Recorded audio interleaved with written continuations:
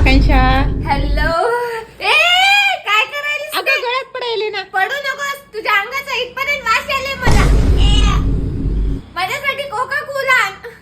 दूर आहे दूर.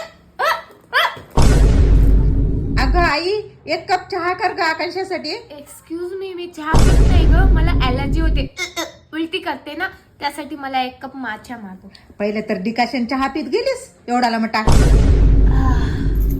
किती गरमी व्हायली ग. अरे भैया फॅन लाव रे. फॅन?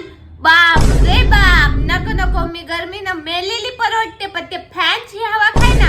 अगं आमच्या इथं एका रूम मध्ये 5 AC आहेत माहितीये काय. असं गरीबावाने जगणं आम्ही.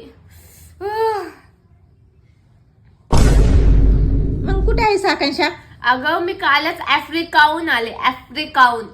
काय खोटं बोलतीस ग माय, अजून तुझ्या खोटेपणाच गेला नाही काय ग? कालच मी वजिराबाद एका दुकानामध्ये बघितले तुला.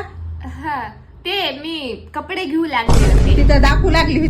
माय माय माय माय काय अवतार करून घेतलीस ग तुझं. माय तुझ्या तोंडाला वांग किती आले. थोडं पार्लर मध्ये जायचं ना, फेशियल बिशियल करायचं, काहीच करणार नाही. तुझे मम्मी पप्पा पैसे देण्यात वाटायले. माझं बघ महिन्याला 30 लाख रुपये मी पार्लर मध्ये घालते, म्हणून माझा चेहरा कसा आहे. आणि हे पर्स बघलीस काय, मोठ्या कंपनी मधून घेतली मी, ब्रँडेड आहे. हे काय नाही, ही 20 लाखाचीच आहे.